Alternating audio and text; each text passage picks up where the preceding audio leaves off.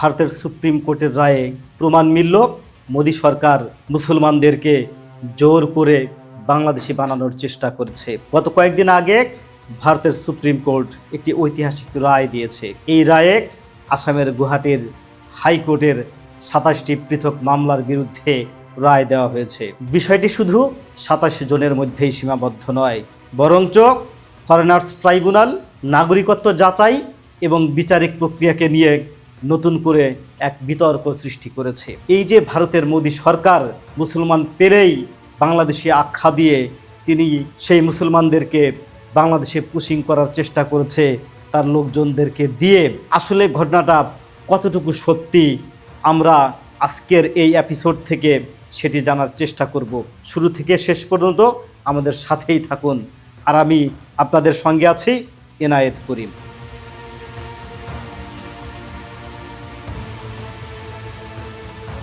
এই যে ঘটনার সূত্রপাত থেকে এই মামলার পটভূমিটাই বাকি। আসামে দীর্ঘদিন ধরে নাগরিকত্ব নিয়ে বিরোধ চলছে। ফরেনার্স ট্রাইব্যুনাল ও পরে গৌহাটি হাইকোর্ট কয়েকজন ব্যক্তিকে বিদেশি হিসাবে ঘোষণা দিয়েছিল। অভিযোগ ছিল তারা নিজেদেরকে ভারতীয় নাগরিক হিসাবে যথেষ্ট প্রমাণ দিতে পারেনি। পরবর্তীতে দিশকুল না পেয়ে এই 27 জন ব্যক্তি ভারতের সুপ্রিম কোর্টে আপিল করে বসে, আর তারপরেই ঘটে যায় একটি অভাবনীয় কাণ্ড। এই যে 27 জন ব্যক্তি, এই 27 জন ব্যক্তিকে নিয়ে ভারতের সুপ্রিম কোর্ট কি সিদ্ধান্ত দিল? সুপ্রিম কোর্ট 27টি মামলার আগের সবগুলো রায় বাতিল করে দেয়। আদালত মূলত বিচারিক প্রক্রিয়ার ত্রুটির দিকে গুরুত্ব দেয়, অর্থাৎ শুধু সিদ্ধান্ত নয়, সিদ্ধান্ত নেওয়ার পদ্ধতিও প্রশ্নের মুখে পড়ে। এই যে সিদ্ধান্ত নেওয়ার প্রক্রিয়া প্রশ্নের মুখে পড়ে, তাহলে ভারতের সুপ্রিম কোর্ট কোন পর্যবেক্ষণের ভিত্তিতে এই কাজটি করে বসে? সুপ্রিম কোর্ট যে বিষয়গুলোকে গুরুত্ব দিয়েছে তা নিয়ে আলোচনা করছি। নাম্বার 1, একতরফা বিচার। অনেক ক্ষেত্রে অভিযুক্ত ব্যক্তিকে যথাযথভাবে নিজের বক্তব্য উপস্থাপনের কোনো প্রকার সুযোগ দেওয়া হয়নি। যাকে নিয়ে বিচার করা হবে তাকে যদি বক্তব্যের সুযোগ না দেওয়া হয়, তাহলে সেই বিচারিক প্রক্রিয়াটা কি সুষ্ঠুভাবে সম্পন্ন হয়? ভারতের সুপ্রিম কোর্ট এই বিষয়টি আমলে নিয়েছে। নম্বর 2 হচ্ছে শুনানির সুযোগ। আদালত দেখতে পায় কিছু ক্ষেত্রে সংশ্লিষ্ট ব্যক্তির উপস্থিতি বা কার্যকর শুনানি ছাড়াই সিদ্ধান্ত দেওয়া হয়েছে।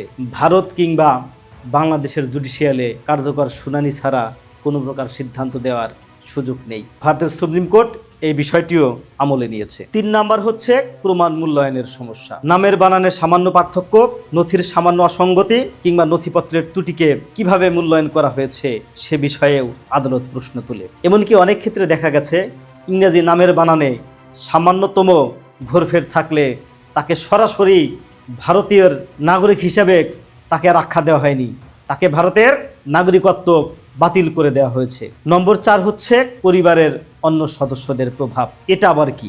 ভারতের কোনো মুসলিম পরিবারের যদি একজন সদস্যরও জাতীয় পরিচয়পত্র থেকে নাম কাটা পড়ে, তাহলে তার পুরো ফ্যামিলি এবং পুরো বংশকেই বাংলাদেশে আখ্যা দেওয়া হয়েছে এবং পুরো বংশের ভারতের নাগরিকত্ব বাতিল করা হয়েছে। এটা কি পৃথিবীর ইতিহাসে কোনো দেশে ঘটেছে? একমাত্র ভারতেই এটি বিরল ঘটনা যে একজনের দোষে সবাইকে দোষী করা। একজন ব্যক্তির কাগজপত্রের সমস্যা থাকতেই পারে, সেটাকে ভুল আখ্যা দিয়ে তাকে ভারতের নাগরিকত্ব বাতিল করে দিয়ে তার পুরো বংশকেই ভারতের নাগরিকত্ব থেকে বাতিল করে দেওয়া হয়েছে, যেটি দৃষ্টিগোচর হয় ভারতীয় সুপ্রিম কোর্টের। এসব কারণেই মূলত ভারতের সুপ্রিম কোর্ট গুয়াহাটির হাইকোর্টের রায়কে পুরোপুরি বাতিল করে দেয়। কিন্তু এখানে একটি মজার বিষয় ঘটেছে। এই রায় যেদিন ঘোষণা করা হয়, ঠিক সেই রায়ের ঘোষণার দিনই ভারতের আসামের যিনি মুখ্যমন্ত্রী হেমন্ত বিশ্ব শর্মা, তিনি দাবি করেছেন গত 2 বছরে বাংলাদেশের 1679 জনকে এই দেশে পুশিং করা হয়েছে, এই দেশে পাঠিয়ে দেওয়া হয়েছে। ঠিক তার কয়েক ঘন্টা পরেই ভারতের সুপ্রিম কোর্ট ঘোষণা দেয় এই রায়গুলা ছিল একেবারে ভুল। এই রায়ের বিরুদ্ধে তাদের ঘোষণা দেওয়া হয়, যেখানে তিনি ভারতের পার্লামেন্টে গর্ব করে বলেছিলেন আমরা বাংলাদেশের নাগরিকদেরকে সে দেশে পাঠাতে পেরেছি। ঠিক তার কয়েক ঘন্টার মধ্যেই এরকম একটি ঘোষণা আসে সুপ্রিম কোর্ট থেকে। তাহলে একজন রাজনীতিবিদ হিসাবে তার রাজনীতি কোথায় গিয়ে দাঁড়ায়? এই সময়গত মিল নিয়ে রাজনৈতিক আলোচনা শুরু হলেও আদালতের রায় সরাসরি সরকারের নীতির বৈধতা বা অবৈধতা নিয়ে মন্তব্য করেনি, বরং সংশ্লিষ্ট মামলাগুলোর বিচার প্রক্রিয়া নিয়ে সিদ্ধান্ত দিয়েছে। এখন প্রশ্ন হচ্ছে, নতুন করে যে বিতর্ক, সেই বিতর্কের শুরুটা কোথায়? এই রায়ের পর নতুন করে কয়েকটি প্রশ্ন সামনে এসেছে। বিদেশি শনাক্তকরণের ক্ষেত্রে কি ধরনের প্রমাণ গ্রহণযোগ্য? এরপর হচ্ছে, নথির ছোটখাটো ভুল কি একজনের নাগরিকত্ব নির্ধারণ করতে পারে? তৃতীয় নাম্বার হচ্ছে, অভিযুক্ত ব্যক্তিকে আত্মপক্ষ সমর্থনের যথেষ্ট সুযোগ দেওয়া হয়েছে কি? চতুর্থত, বিচারিক প্রক্রিয়ায় প্রাকৃতিক ন্যায় বিচারের নীতি কতটা অনুসরণ করা হয়েছে? এই যে এত কিছুর পরে এই রায়ের পক্ষে বা বিপক্ষে সমর্থক বা সমালোচকদের মন্তব্যটা আসলে কি? ভারতের সুশীলরা কি ভাবছে?